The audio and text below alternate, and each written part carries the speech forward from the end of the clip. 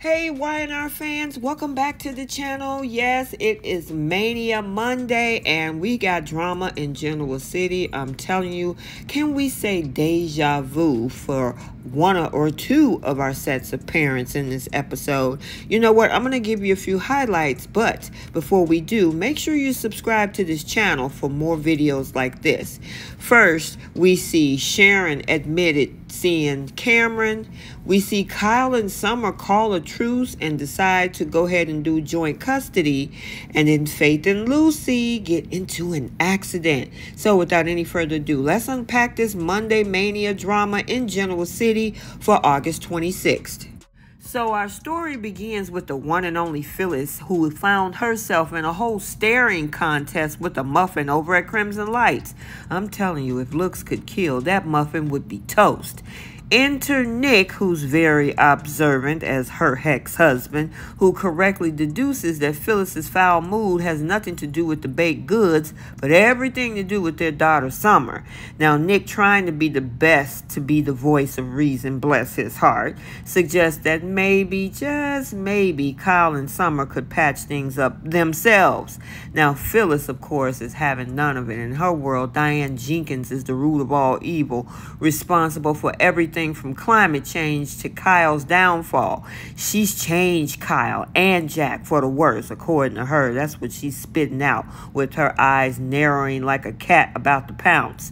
Now, Nick, ever the skeptic, yeah, he isn't buying it, but Phyllis, she's adamant about it. Diane, according to her, has not only snatched Jack's heart, but Kyle's career too. Now, Nick tries to reason with her, pointing out that Jack is head over heels for his wife, Diane. He's just blind, according to Phyllis, with the conviction of somebody who's never been wrong a day in her life.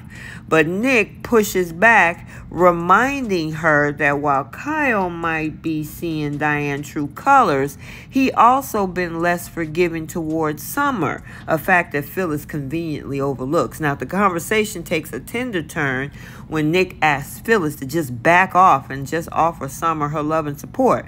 Cue the waterworks as Phyllis, holding back tears, admits that her kids are her greatest achievement. Now, after a little bit of coaxing, she begrudgingly agrees to let go of her meddling ways, at least for now, even offering Nick a piece of that precious muffin as a peace offering. Well, we'll see how long that lasts. Meanwhile, over at the GCAC, Jack finds Kyle brooding at the bar, nursing a drink like it's the only friend he got left. Now, Jack tries to play peacemaker, giving him an olive branch, suggesting that they sit down and have a chat. Kyle, who has clearly had it up to here with the family drama, he ain't in the mood for any small talk. He launches into a tirade about how Jack has been putting Diane first, leaving him in the dust. Now, Jack is full-on dad mode, insisting that he loves Kyle more than anything and wants his happiness. But Kyle, yeah, he's not buying it. He reminds Jack that the grow up and face the consequences lecture swing both ways. Now, the tension between the two of them are thicker than a double-shot espresso. And Kyle drops the bombshell that soon it'll be easy for them to avoid each other altogether. Ouch. Jack walked out, shoulders slumped, leaving us all wondering if there's any hope for this father-son duo. So now, over at the lounge, Summer got her glam on, and Chance can't help but notice. They share a toast, and Summer, ever the realist, admits that life has been a roller coaster lately. Dead mom, divorce, kidnapped son, you name it.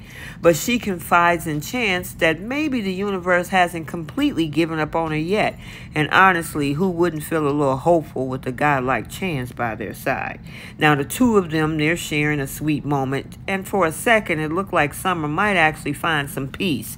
But then Kyle shows up, raining on her parade. Now, he asked if she thought about the earlier conversation that they had, and Summer, putting her big girl pants on, suggested they draw up a new joint custody agreement that put Harrison first. Now, Kyle actually looked relieved, and for once it seemed like there might be a light at the end of the tunnel for these two. So now, over at Sharon's place, things are getting spooky. Now, Faith walks in on Sharon, who's been talking to herself.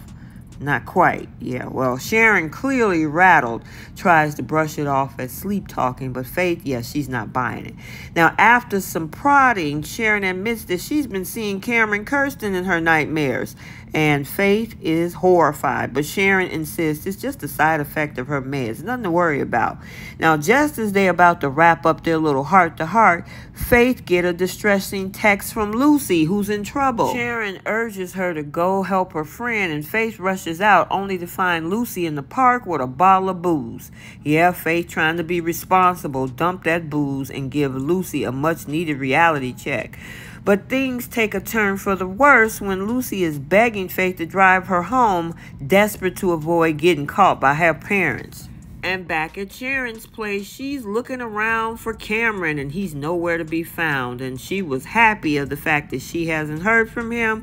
It is eerily quiet. Meanwhile, over at Society, Daniel and Heather are trying to enjoy a quiet dinner, but their conversation quickly turns to their daughter Lucy and the struggles she's been facing.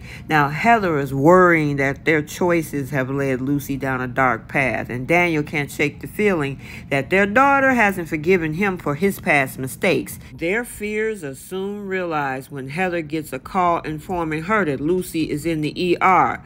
We also see Nick and Sharon get the same phone call that Faith is in the ER. Everybody rushing out, hearts in their throat, only to find Lucy and Faith were in a car accident. One car, 2 unconscious girls, and a whole lot of unanswered questions. Now, Nick and Sharon arrive at the hospital just in time to see their daughters wheeled into the ER. The parents are beside themselves with worry, and as they huddle together in the waiting room, it is clear that whatever happens next is going to change their lives forever.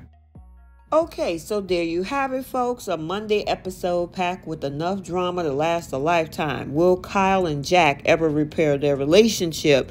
Can Phyllis really keep her word and stop meddling? And most importantly, will Faith and Lucy pull through? We got to stay tuned tomorrow and find out. Also, make sure you check out the Bold and the Beautiful recap for today, as well as we got more drama in LA. I mean, we have the situation with Bill wondering why everything is happening, all this chaos he's trying to make sense of. Meanwhile, Steffi wake up to a terrifying realization that her life is seriously in danger, especially since she drunk that Kool-Aid on Friday. Make sure you like, comment, and subscribe. Turn on your notifications so you're notified every time a video is posted. Till the next one, we'll see you all soon. Bye, Soapies.